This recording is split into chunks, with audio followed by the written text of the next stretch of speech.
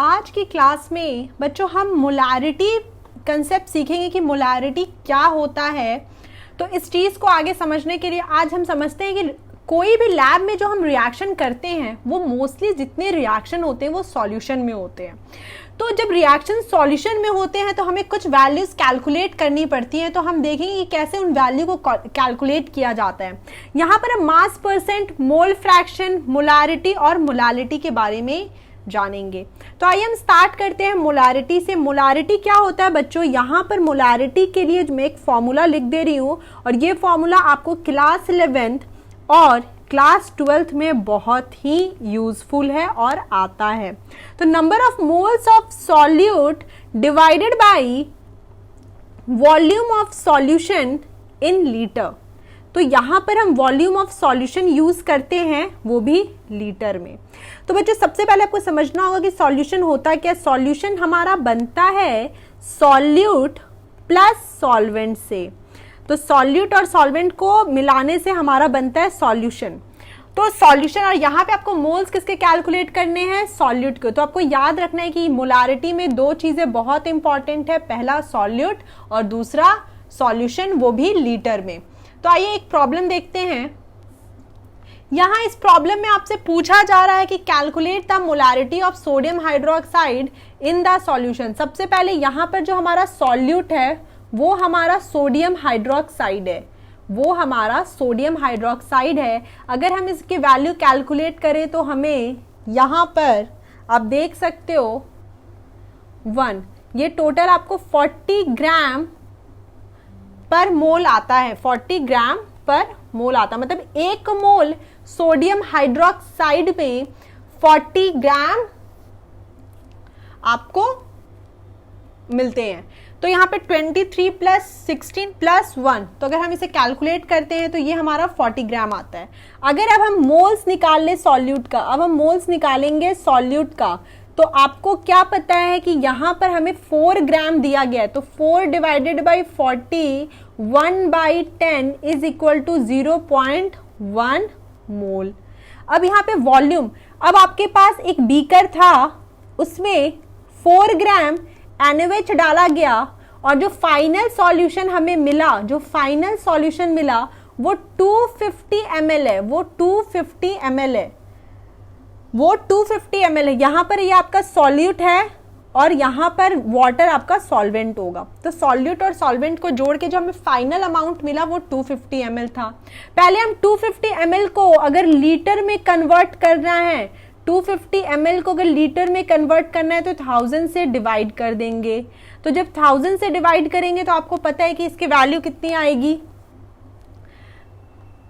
तो यहां पर ये 0.25 लीटर आ जाएगा। अब हम क्या करेंगे बच्चों? अब हमें कुछ नहीं करना है, अब हमें मोलारिटी का फॉर्मूला लगाना है। और मोलारिटी का फॉर्मूला बोलता है moles of solute, moles of solute divided by volume of solution in litre.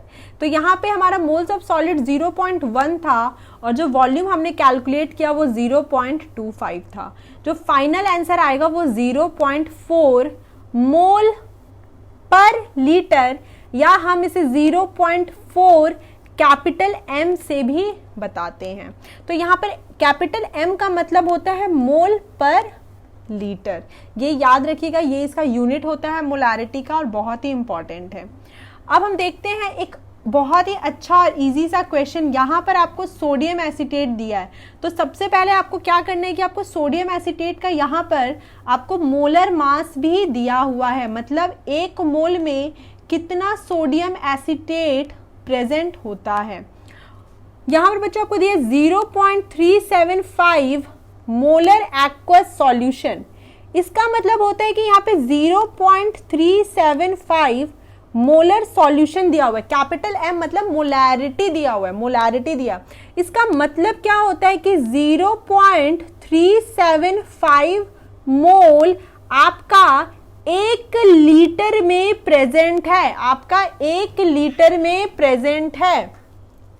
Question में पहले आपको 500 ml की बात करनी है, क्वेश्चन में आपको पहले 500 ml की बात करनी है। वो आपसे 500 ml के बारे में पूछ रहा है, तो आपको लिखना है कि अगर 1 लीटर में 0.375 मोल प्रेजेंट है, तो 500 ml, 1 लीटर को बच्चों हम 1000 ml भी लिख सकते हैं, तो 1000 ml में 0.375 मोल प्रेजेंट है, तो 500 ml के लिए हमें कितना चाहिए, तो लिखेंगे 0.375 डिवाइडेड बाई 1000 इंटू 500। तो हमें कितना मोल यहां पर आएगा, हमें पता है 0.375 डिवाइडेड बाई 2, ये आपका टोटल आ जाएगा, आप इसे कैलकुलेट कर लीजिए, ये आपका आएगा 0.375 डिवाइडेड बाई 2 मोल, मतलब 500 ml में आपको इतने मोल्स मिलेंगे।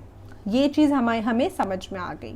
अब हमें क्या करना है, अब हमें ये पता चल गया कि इतना मोल हमारा प्रेजेंट है, इतना मोल हमारा प्रेजेंट है। हमें मास पूछा है, हमें क्या पूछा है, मास पूछा है। तो हम क्या करेंगे, हम जानते हैं कि mole is equal to given mass, या जो मास हमें दिया, जो हमें कैलकुलेट करना है, डिवाइडेड बाई मोलर मास, या हम लिख सकते हैं मास जो हमें फाइंड करना है डिवाइडेड बाई मोलर मास। तो यहां पर हमें मोल दिया हुआ है, तो मास को कैलकुलेट कर सकते हैं। मोल हमारा 0.375 बाई 2 इनटू मोलर मास की जो वैल्यू हमें क्वेश्चन में गिवन है 82.0245 है, तो यहाँ पे जो फाइनल हमारा आंसर आएगा वो 15.380 ग्राम आएगा। पहले क्या किया, पहले हमने समझा कि यहाँ पे मोलर एक्वस सॉल्यूशन का मतलब है मोलैरिटी, जो कि 1 लीटर के लिए दी गई है, तो हमने उसे 500 ml में कैलकुलेट किया सिंपल यूनिटरी मेथड से, जो हम लोग बेसिक मैथ्स यूज करते हैं। उसके बाद हमने देखा मोल का अपना जो नॉर्मल फॉर्मूला होता है उसके यूज को हमने किया और हमें मिल गया उसका मास, जो हमारा आंसर होता है। नेक्स्ट प्रॉब्लम देखते हैं। यहाँ पर आपको नाइट्रिक एसिड दिया गया है और यहाँ पे कुछ 69% लिखा हुआ है, तो पहले समझते हैं कि 69% क्या मतलब, 100 gram of nitric acid solution में 69 gram of nitric acid present है। यहाँ पर मास परसेंट से हमें क्या समझ में आ रहा है कि 100 gram of nitric acid HNO3 का जो सॉल्यूशन है उसमें आपके पास कंटेन्स 69 ग्राम HNO3, वहां पे मतलब टोटल 100 की बात होगी, 69% का मतलब क्या है, 100 में देखेंगे तो 100 ग्राम में वो 69 ग्राम है। अगर हम मोलर मास कैलकुलेट करते हैं, मोलर मास जो 1 मोल के लिए होता है 60, आपका ये आएगा HNO3 का कैलकुलेट करेंगे तो टोटल 63 ग्राम पर मोल। इसका मतलब क्या होता है, पहले समझते कि 1 मोल में 63 ग्राम HNO3 होता है। ये बात भी समझ में आ गई। अब हम क्या करेंगे बच्चों, मोल्स निकाल लेंगे। अब हमें ये यहाँ से मोल्स निकाल लेंगे, तो अगर हम मोल्स को निकालेंगे तो हमने देखा कि 69 डिवाइडेड बाई 63, गिवन मास जो 69 ग्राम था और मोलर मास ये आपका आ जाएगा 1.095 मोल प्रेजेंट है उस सॉल्यूशन में। ये चीज इतनी समझ में आ गई। टोटल वॉल्यूम कितना था, अपना टोटल वॉल्यूम कितना था उस चीज को कैलकुलेट कर लेते। हमें वॉल्यूम 100 ग्राम दिया है, हमें वॉल्यूम कैलकुलेट करना है 100 ग्राम सॉल्यूशन से, हमें वॉल्यूम कैलकुलेट करना है 100 ग्राम सॉल्यूशन से। यहां पर हमें डेंसिटी दी गई है, तो अब हम डेंसिटी का फॉर्मूला यूज करेंगे, density mass per unit volume. हमें वॉल्यूम चाहिए मोलारिटी के लिए, तो ये mass by density, mass by density. और यहाँ पे टोटल मास कितना था अपना, 100 ग्राम था। टोटल मास कितना था, यहाँ पे वॉल्यूम ऑफ सॉल्यूशन, वॉल्यूम हम किसका कैलकुलेट करेंगे, सॉल्यूशन का। तो यहाँ पे टोटल जो हमारा वॉल्यूम था वो 100 ग्राम था और हमारी डेंसिटी यहाँ पे 1.41 ग्राम पर ml में दी गई है। तो यहाँ पे अगर इसको कैलकुलेट करते हैं तो ये फाइनल वैल्यू हमें देता है 70.92 ml, 70.92 ml। इसको हम लीटर में कन्वर्ट करेंगे तो ये होगा 70.92 डिवाइडेड बाई 1000, ये लीटर हो गया। इस वैल्यू को हम यूज करेंगे अभी, तो यहाँ पर अब हमें निकालना है मोलैरिटी। मोलैरिटी को बच्चों हम कंसंट्रेटेड भी बोलते हैं, कंसंट्रेशन भी बोलते हैं बहुत जगहों पे, कंसंट्रेशन।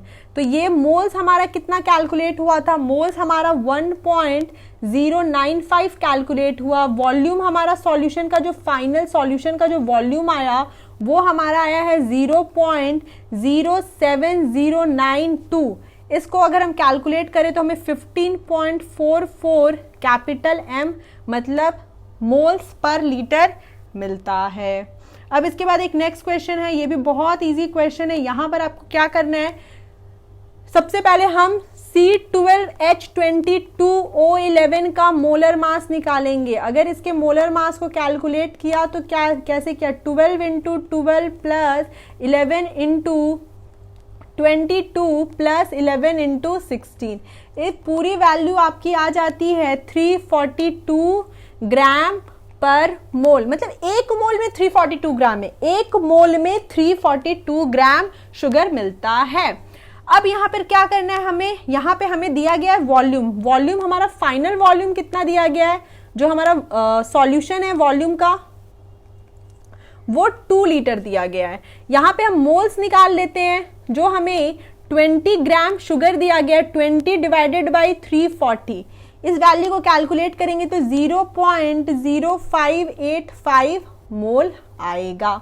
मोलारिटी हमारी जो फाइनल मोलारिटी आ जाएगी मोल्स पर यूनिट वॉल्यूम, तो 0.0585 डिवाइडेड बाई 2, ये हमें आंसर देगा 0.0293 कैपिटल M। कैपिटल M मतलब मोलारिटी के लिए यूज करते हैं, और दूसरा टर्म यूज करते हैं 0.0293 मोल्स पर लीटर।